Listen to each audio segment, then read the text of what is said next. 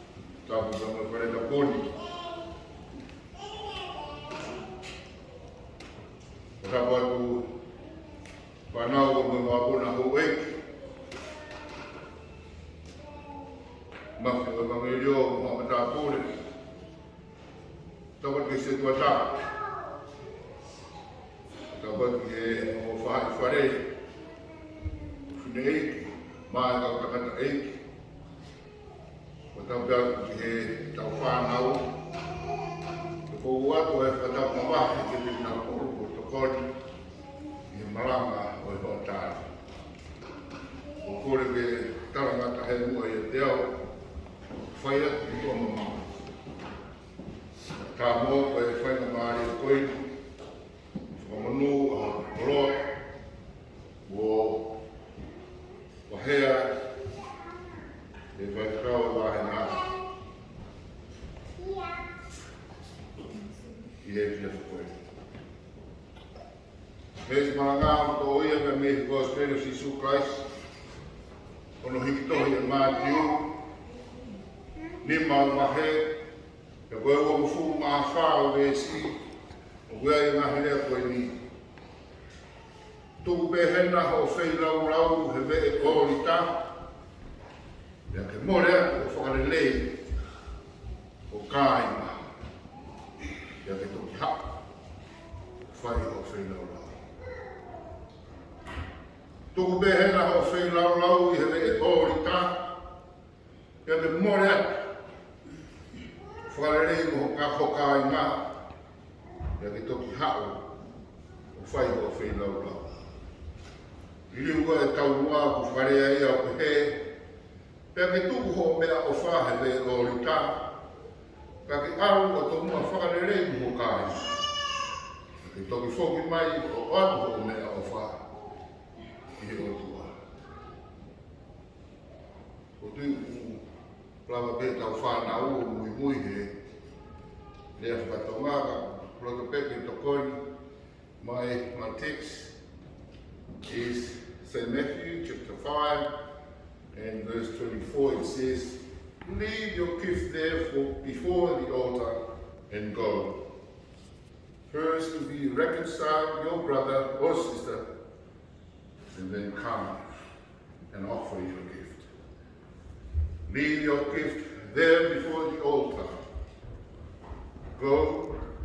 First be reconciled to your brother or sister, and then come and offer your gift.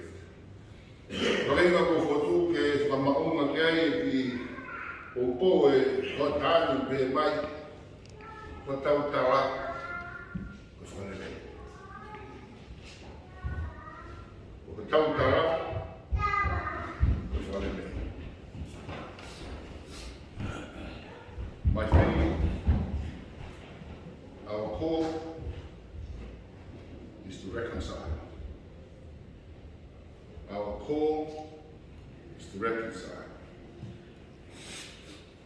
Sapate hano tolo akene tau whanonga mai he kotu whorokola maheni koe maadi waheni ma Malanga si su he mo ngā pe kamata ai whorofora pe karanoa ki ngāhi manukia. Whakalawa ngāhi manukia pe whakamao o ngāhi si su ai ni hama whakamahino e mea whatoa.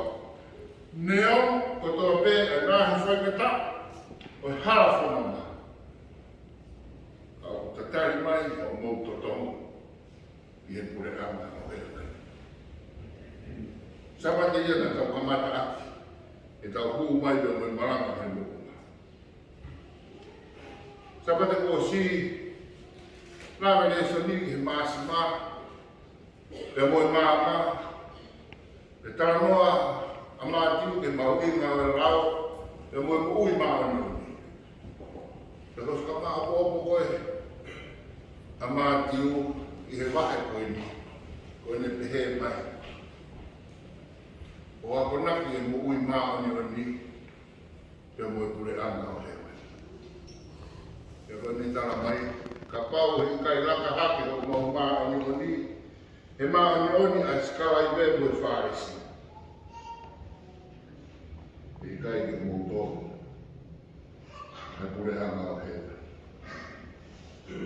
Kaya honi ku toka whakamawha e karanoa. Mui mui he uki kua si e tonganga pe ki rao.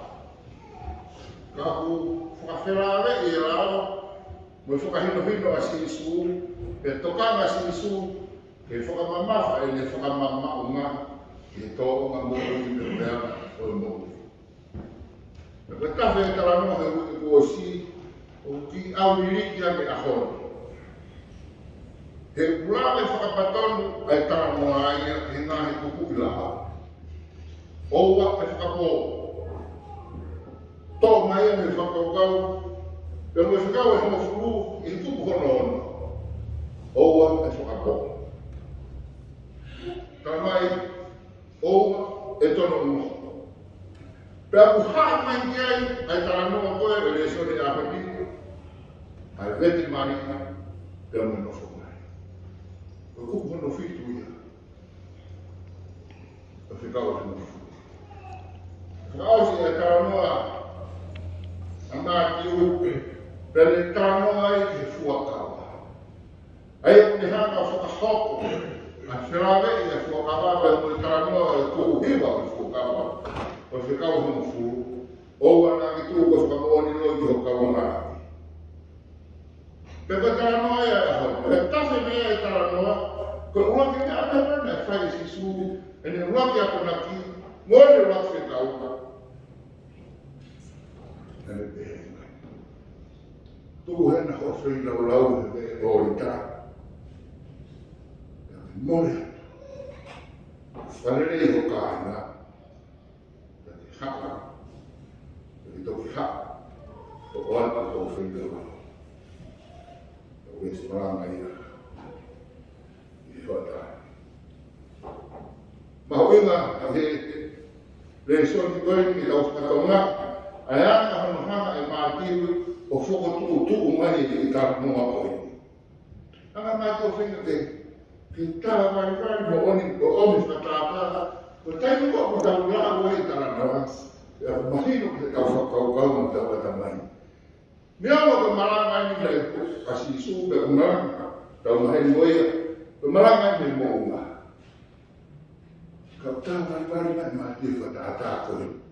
O kutala noa si isu pia moe la ao e. Peko whonga koe ka tala noa pehe. Whakatu e lao, pia noa ka si isu mehe, o whai e le tala noa ke la ao.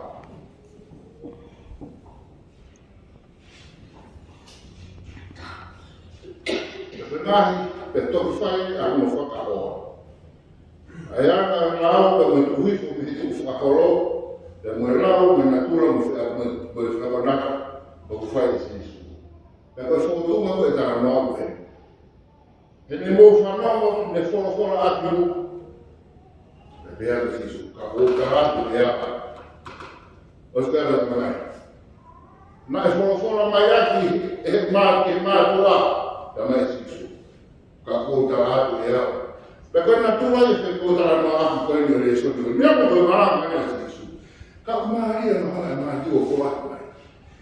Whorahi mai māti he tau kaua mo tau tolu i he taranoa paweni. He mo tau tolu ai kakai o ku whai meri taranoa. Pere meri te tau e maranga i he maranga tau mo unga. Pe kakai o unau mui o whanonga maranga. O tau tolu o tau kau he o tau tolu o tau o whanonga maranga. Pe maria taranoa māti. Ko tu e isu he e rao, e taranoa ko si isu, e ne ako naki me mone whakaukau. Pea mahino me heana i tāwari pari koe te si isu, a mātiu. I whonga koe si isu, hau he mahino me rāna. Ko tu e rao, ka ko tu he, ka moe nunua, moe ora kou, o taio mo mau e rao. Pea oske ka pe mai si isu. Ko ka o tarato e au. O wina wina whakahini hino. E whiata ni hangarewa. O humaki mai me ki Faifekau. Mahino me taranoa koe a handi. Whahino hino ulaku koe o whaisi. Ka pau ke hao o whina ulau. Hao o whina ulau ke mana tui ho au. Me koe ki whare rotu ri. Na he i ni ale matahama. I hama e mawha. Tama e mati. Hini atu he, whoki kati he. O ula whakalelei moe, e la wai pake toki hao whakalelei moe. O mātiu. E no se whakau kawa. E wheka pai te whao pēu, pa tuku pēka hao whakalelei moe. E nga tau tara mai, te tara mai. Ke te whakalelei moe, pa ke te siu kei, ka whewheu, ke siu kei. Hane ka tau ke whehu ia kou. O kutuku mai te taranoa koe. Peke, tokanga mahari e a mahatiu ko ki whonga basi isu o pai ku fua. O mai ki whakahino hino, e o mai o Faifekau. Whahino hino, tana mai hau o whirau lau, pe tuku e torena. Faifekau, mōre koe. Mōre koe o whakalelei, ko kāina. Peko ki taranoa koe.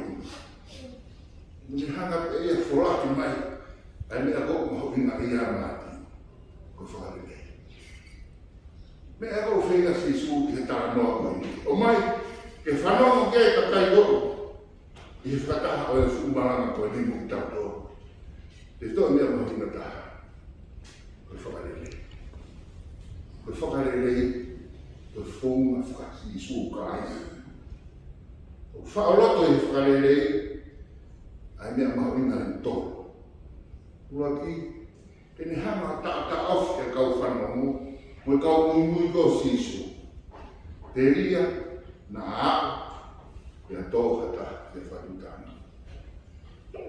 Me aho noua, tō kame whakarere u tāno kia sisu, ke whakamahino ke kau mui. Whaka ai ki nau tō, e nau whai e ngai tō mo koe oku lere. Te o mea hana tō. Ko se kau koe whakarere, kamata ia. Kamata ia mea koe, kamata ia mea. E pia tōru, whakamahino mai, e hana e mātinu, o tāwai wari mai i here e soni koe. Ko ngai whahinuina wa sisu, whahinuina sisu ia tokanga, i ngahi mea koe, o whakauru nganga i he rā. Ngahi mea koe, e whai atu te hoko tau te rā. Te uhinga e te mea koe, ke ulangi tokanga sisu, ki mua na aki ai, o tōke te nakutana. Ta koe maari ia sisu, so koe maari ia ki taka noa e. Kua tu e rao he, koe, ka mai oa te ke tono.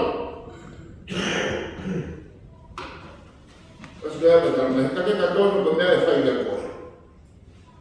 Te hu maa sisu e roa. Hu maa sisu e hako. Hu maa sisu e tarawa e nea kuna kimu ne whekau, ke oa te ke awa e ke.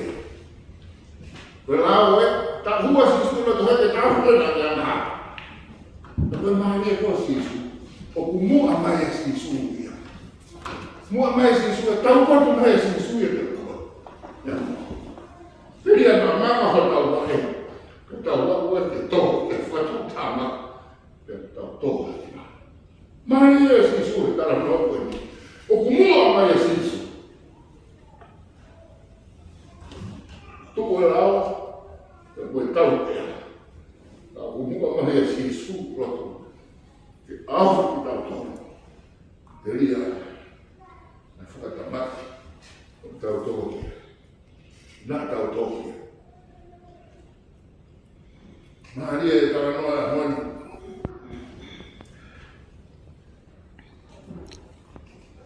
E kui kai te mata e sisu. Ta mai reba sisu e mai ki whoma koe ni. Whai whake, lesu ani matara mai. Wā, te whakapore noi. Koe mea e ke whai tari whaneri. E mai noe, ua tōko ki e whaneri. Ka koe hamea kona mau whai leo ko tō whanga ki ai. Ta koe koe mea kō mahuri no maharia ke te hako te heba e sisu. O ki ke kota, o ki ke ko ua, o ki koe ke ko tono. Tō kore! Koe koe whikau e tō tono. Kia te aupra, koe mahinu whakatoa. Koe Malanga koe. Koe tō kore. O ki ke te tai, e ngā tai whakai koe. Me whare ia ko mai sisu. Tō kore. Faifekau, Sitenitoni Malanga, o ai fo'i te whakamore koe. Se tuat, o ai fo'i te whakamore koe. Singai whae, o ai fo'i te whakamore koe. Mari e tara noa a hoi, ane e kōpulāke ane nai, tokana sisu ke nai mea koe, o whakauru ngāma. Toko uina ko tara noa sisu. Tara mai koe o whakapōta mai sisu. Tara te hoko te ke ita. Papau te pe, na mea ko toka mai sisu ke ita. O uina e mea koe koe.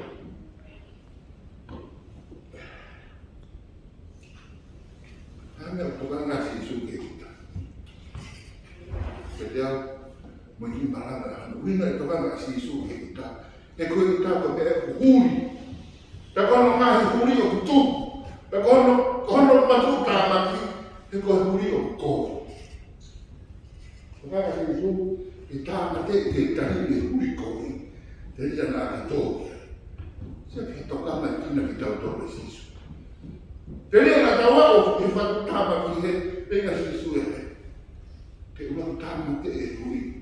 Te koe i tāma me o huri kōwi. O tāma au koe ni mahino me te tau tōre, tau tōre whaapiri, tau o slap, tau o siomoi te tau tōre. O lawe mai te tau tōre. He pehene tau no fōra, i tau mai whaapiri. Koe au te ka e i tāma. Te koe ni kamata peko i tāu, hito i tāu. Au kere o lahi anu e ka, e le o. Tō kai te ngata pehe te hiki tōko kere o lahi le o. Tō hiki tōko, te rea tu koifu. Si ke huri kōki koe o i tāu toka ka kia sisu. Kai te ngata ke i tāu. Tō koe no whakaroro mai. Pero kine o lahi anu e tāu kau koe kau ngā tau roto whare. Watu mo mai te kaupaki. Whaka whukuna ke. O koe kai te tau rawa whakamambau te tukuia. Ka mahua. Te koe whamoku kia kaumawha. Ui ngā whatoka mai si.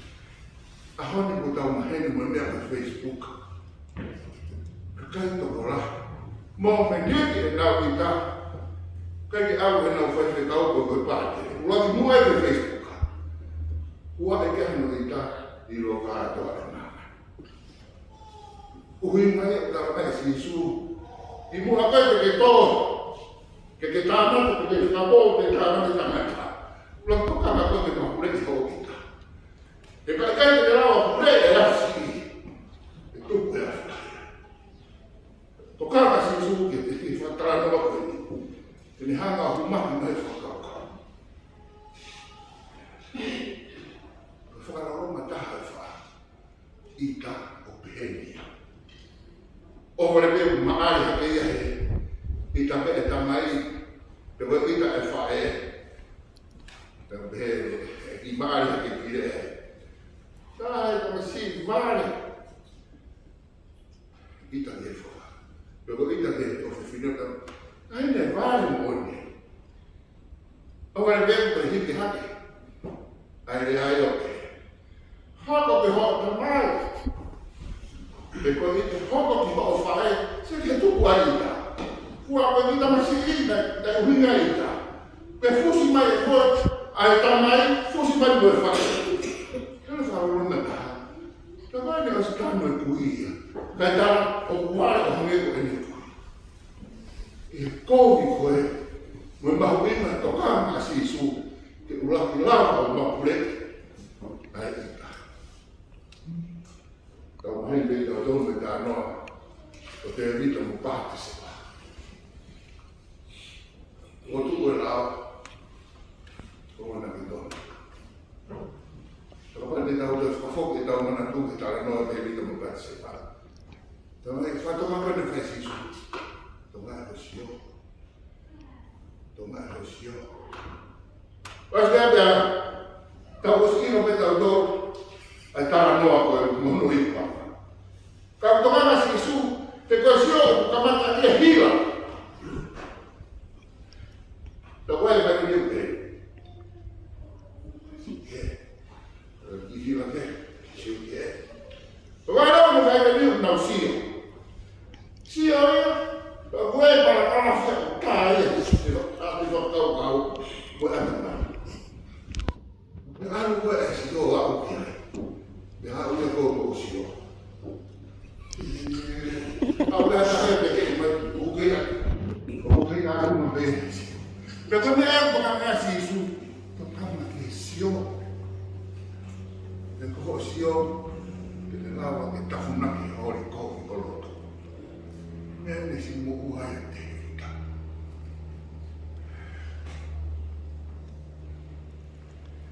Mon vea te rita na whamu o moka mana e awhe a hoia.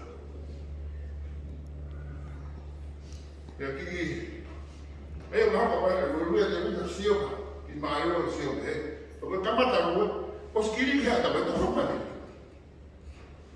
O whai e whakamama. Hona mau koe o sio. Sio koe na whai e te rita. Ta funaki he ki hira koe ni e sio, o kune whakatuku ke maa mai moe te. Maa mai moe te ita kolo ane ka marapi. Tu a te ita mo sio. Ka rotonga te mo sio ko tafuna ke holi. Ka moe maa moe te ita. Koe tu koe e mea koe holi. Hawa te ita hane tonu. Aroa ko to mai. Ai wife mai mo tu a hati. Io non lo fare. Perché che nata? Che totoro che è ora. Fu tu ma che to è mo uri. Tamene che tocca si su da un toccare che sio. E te che i cube o nego te vita. Che tamate. Per fare lei. O che come è talo mai con le soli. Ko kovi ko sio per ta che mata. Per tu si ma. Ko mata la poi e fai ngata. O tu una fa kau ia. Ta no che ni. Ko hele ko ko ni. Per la ko no fai ngata ia. O mea ko whakarerei, ke kua pau ke to'o i kō mai e he mōku. Kua pau ke te hanga ita whakaironga, te ngata he, ta e tukusi e. Ai mea o tokanga ke ai. Whai ngata e e toko raha, he kuikai e na uroto ke vetu. Ke vete, ke whakavete vetu ki nau tōru, me he ngai hai nau mōku ai. Wharerei tokanga ke asi i sū. Mo se kawa e hanu ke tokanga mai ke whakarerei te whaina mo whakavete ki tau. Neo e ne vevera. Neo e ne vevera. Neo e hane talamai e tu usi mani maa ta aka o mata wanga wata. Kau kai ko mea tokanga ke sisu. Tokanga sisu ke sio ki he nunuma koe o koe o kuke whai. Pe no foi fai tudo. Teu ife. Teu no foi fie mari koe. Ka ui koe ki he. Pe teu no foi. O tāna te e nā fai nā hi ori koe mo. Ka ea mai o ta pāka. Fai nā tāna. Te koe fai tutu ni koe ke wharerei koe. Mia koe pe. Pea moa. Pai koe kau mea o kau na api. Ko mea meu fai ko ngā api, ko whanau e koe na ke. Ko taru koe, mea o tokam ke a sisu. Nea wa ne whai ngata, whaai mai pe sisu e mea, ko te ke whai tōtu umi ne kia. Wharerei, ko pau e karu se whai e mo kui. Ta koe na tūlai e karu se whai. Ono hanga o tūtu, ngā he mea koe, une kei tau whau e mokui e mate. Nā mea mo une kei hanga tau atu ki tau tō e mōre e tā awhai mure. A koe rea koe o karu se whai, ono rea o pehe. Tō hoku roto. Ini ina tau hi wai, no mea o mātua. I whamatara koe o runga tau mai. Tuku, hokulota. Whakarerei a koe, e tangata koe une rā e whakarerei koe ia. Une la mai ke karusa whai, a ene mo ui, ta koe ne rea ai. Tuku, hokulota.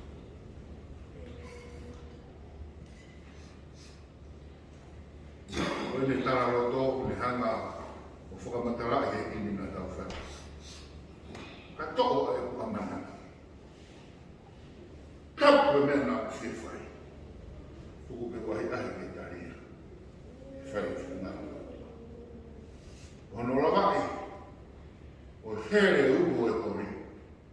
Mea pe taha kuiku kai mo kui. Raki. Mo ui. Mo ui. O whakatau a taina. I ngā hea o e ngā. Wai ale si sui he le soni a hono. Ke loku, na mea mahuinga taha ka no kau mui mui. Ke oa na ngau tō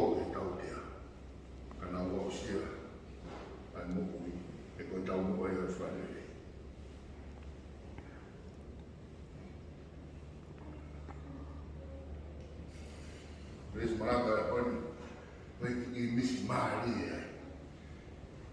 I misi orita e whai lau. Misi Maria.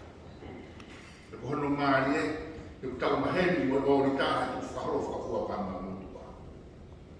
Tau mua e orita. E tau laki anga o tangata. E mutua. Ko mi misi o orita koe ni, ko i misi orita e whakale. Tō mai ho whai lau, e whai a ho whakahoro fuoki e otua. Pe tāra moa e o e misi koe. Warerei, o mai ke orita, ke warerei ke moe otua, ke moe kau maa whanau. Koe orita e koe utau kau taha, o tāra noa ke e sone aho. Koe orita ia, mahuinga taha. E ku whai atu tau wharerei o moe otua. Ta kohono rea e, hoku sino e. Ko hoku toto e, koe toto e whoha o whoha. Ai ane iriki maa mōtoro koe toko laha. E lau ai whamore more a hanga hara. E ako sia e mōtangata. Koe rea ia, oi orita e wharerei. O tau tara, ki tau wharerei. Amen. O whalahimi ki tau kiwa tuku ai, ono miau, o mea haki ki tau kiwa. Si so, nai pehe o whaki e maa maa. Ake whekina, mate e kahanga.